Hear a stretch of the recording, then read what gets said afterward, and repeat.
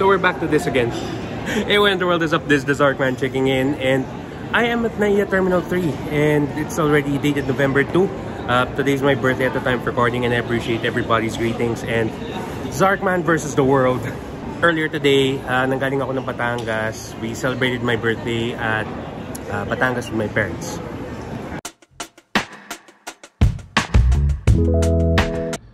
I pretty much packed everything now, so I'm going to be carrying that bag, and I'm going to be putting all my camera gear in that backpack. Unti-unti na ako natututong mag-pack lang na sakto for the itinerary based on experience. Flashback Thailand at saka Singapore. Saktong-sakto lang eh. Lalo na sa Davao. Naglilihi. Clutch nga eh, pupunta dito, traffic eh.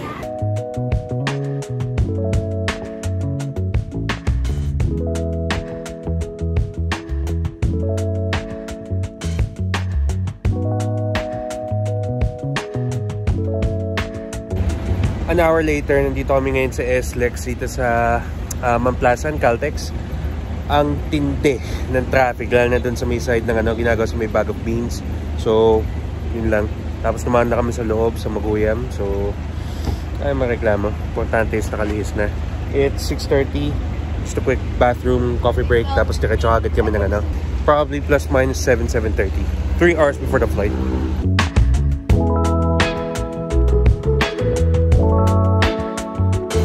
Travel tax done. Ngayon naman, check-in tayo. Tapos, diretso agad tayo sa immigration. And then, that's that.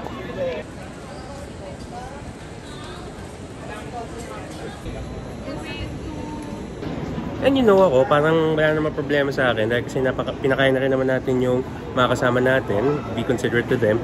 And buti na lang, pagkatapos ng lahat ng aperya, nandito na tayo. So, where am I going? I'm going to hold that for a little bit, for the retention. So, samahan nyo na muna ako. Buwan naman tayo ng pampagising. This may or may not be my 5th coffee for the day.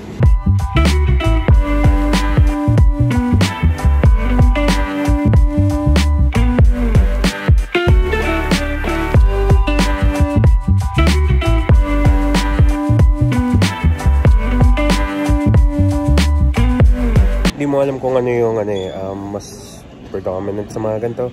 It's either the waiting time na papagod ka, inaantok ka dahil kasi you're catching a red-eye flight, or the excitement na makatravel ka na naman. And as of the time of recording, November, I'm going to 3 countries, or I'm going to 3 countries by end of 2023. Pwede maging 4. And naikot ko yung Luzon, Visayas, Mindanao this year. So everything I've done in the span of 10 years, nagawa ko siya in just 1. Kulit. And I have everybody to thank. Sobrang na-appreciate ko yung mga kalaman.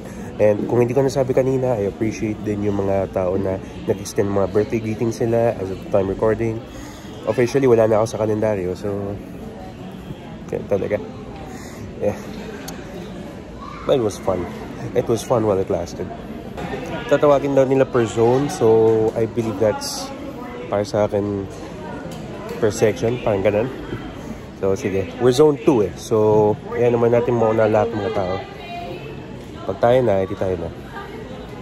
Yun yung sabi ko sa kanya. Let's go baby!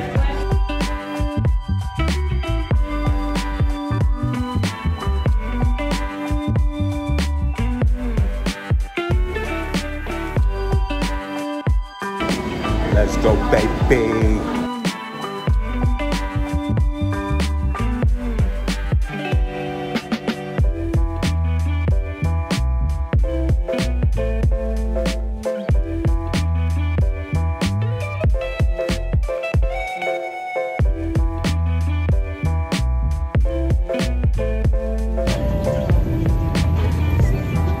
Agad the windows. Tighten the belt by pulling off the buckle strap. Whenever the seatbelt sign is on,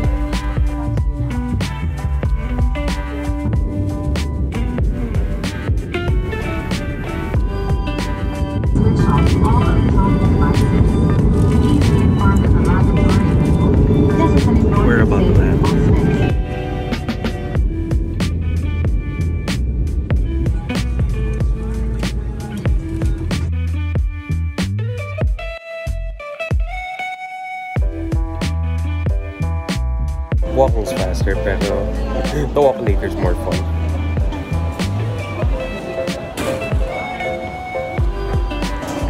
Actually, may isa pang magandang sign ng Taiwan dito sa somewhere outside the airport. So, kailangan natin hanapin yun. And first order of business, immigration. Tapos kuhain na muna natin yung bags. Pagkatapos nun, papalit. And then the loo. And then hanapin natin yung sign. It's already 1 AM dito sa Taipei. So, yeah. Buti lang, nag-book na ako dun sa accommodation. So, pag diretso ka agad dun sa Acom, bagsak. Egul. I'd probably buy something to eat, pero pwede, na mawawala.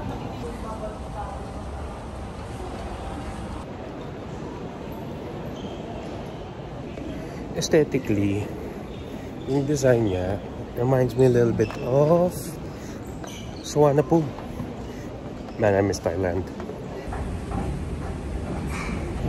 Tagal din ng pila sa immigration, pero I guess yun lang yung kapalit kasi pag red eye flight yung kinuha mo. Kukunti lang din yung mga tao sa IO, so appreciate their service.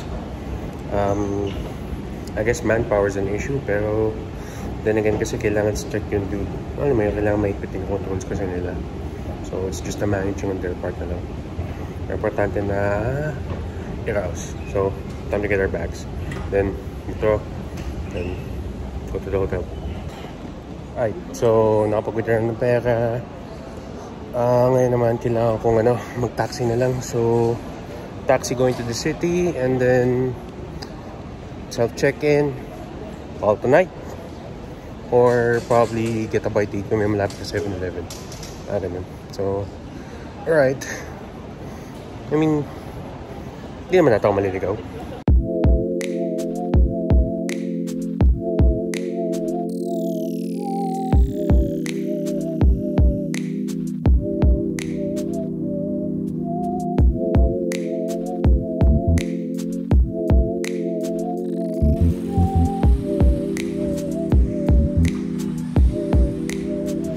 Check-in muna tayo. Pero that driver was super nice. Super sweet. Kwento ko na yun a little bit.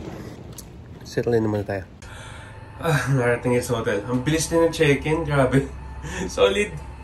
Appreciate yung service dun. So, I definitely commend. Iwan ko lang yung link dun sa pinagstayan ko. Pero, so far, so good. Whoa.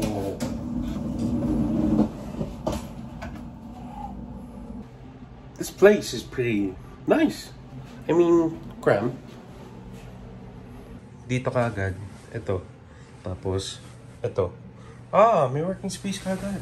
I could make do. Sige. So, Wi-Fi. Settled in right now. I don't really do this or I don't really say this, pero just for precaution kasi uminom na ako ng isang Advil, just to make sure lang na my body is not sore pag gising ko mamaya dahil kasi it's already 4 o'clock in the morning here at I plan to wake up mga around 8 to 9, so 4 hours ganun. If it's a typical walking day, tapos na-list ko na kasi yung parang quote-unquote loose itinerary ko, yan, nagawa ko na rin naman siya.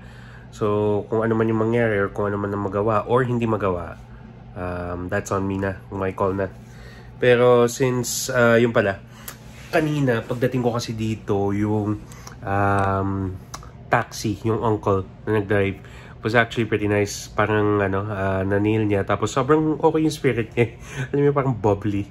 Tapos, siya, ang naging taxi fare ko is around 1,325 NTD.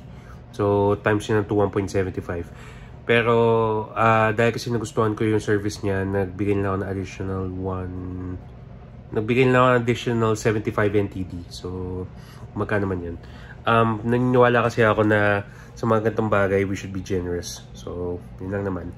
And, siguro that's gonna wrap up muna si day 0 ng ating mini spontaneous trip to Taiwan.